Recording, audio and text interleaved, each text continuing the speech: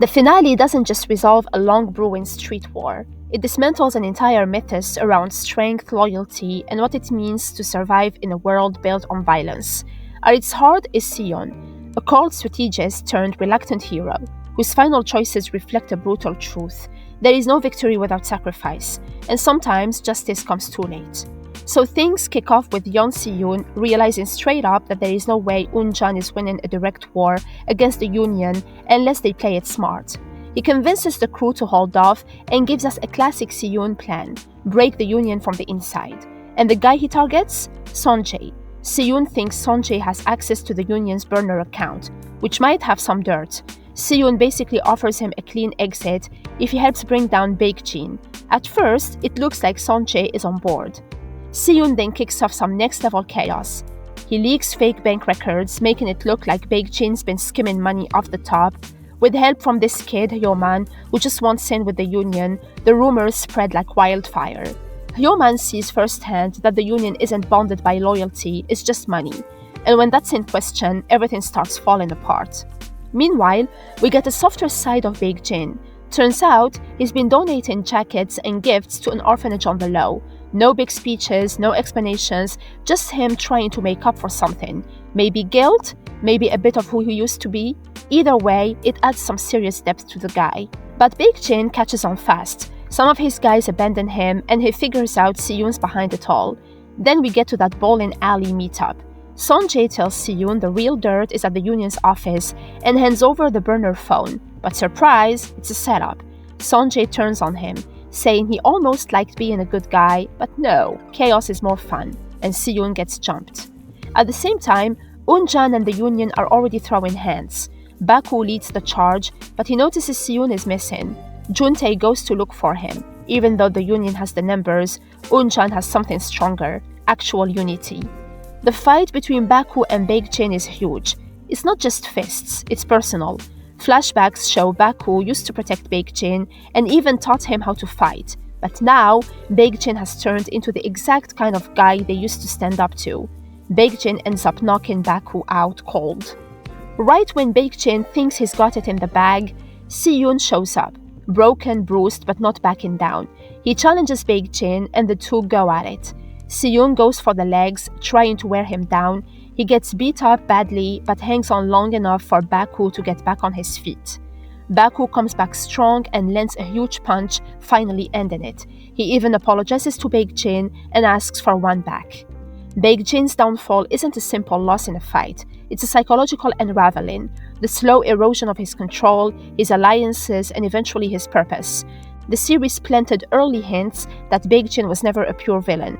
His secret visits to the orphanage, the gifts and jackets he gave in silence reveal a fractured soul clinging to some notion of redemption, but it isn't enough. Big Jin represents what happens when someone builds a kingdom out of fear. The second the money vanishes and unity breaks, his empire crumbles. What Seun understood and Big Jin didn't is that fear wins battles but never wars. That's why Eun-jan, battered and outnumbered, could stand tall where the Union fell.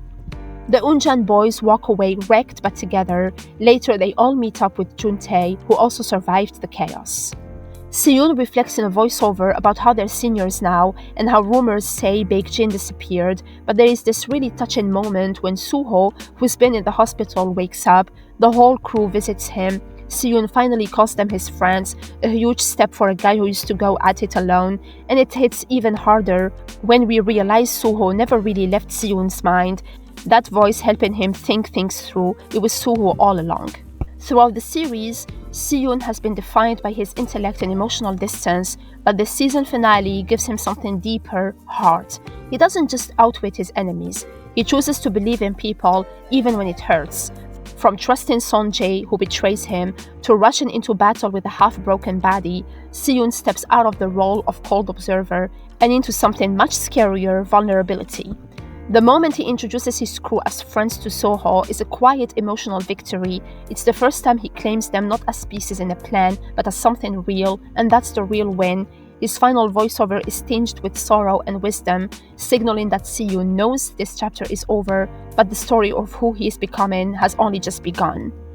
But then, the post-credits scene, Choi, that schemer, tries to recruit Sonjae to take Big Jin's place as union leader. Sonjae turns down the union's leadership not because he is redeemed, but because it isn't fun anymore. That line, "this isn't romantic enough," says everything. He isn't driven by power or revenge, he's driven by chaos, and that makes him even more dangerous.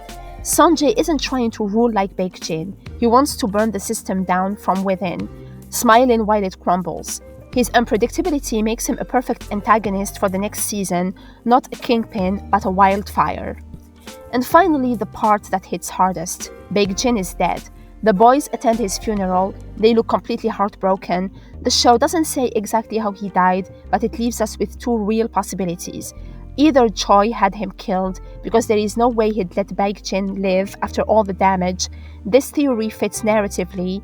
Choi, who saw Big Jin's collapse as a threat to the student power structure, would logically eliminate the liability. It's clean, brutal, and fits the show's pattern of dark realism.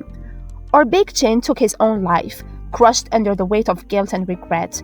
Big Jin couldn't live with his shame. The man who once ruled through fear ends as a ghost, his legacy destroyed, his gestures of good erased. His fight with Baku and the subtle apology exchange might have been his final attempt at peace. Either way, his death marks the end of an era, but it also leaves behind ripples, especially for Baku, who now has motive, rage, and perhaps a target. That's the likely setup for Weak Hero Class 3.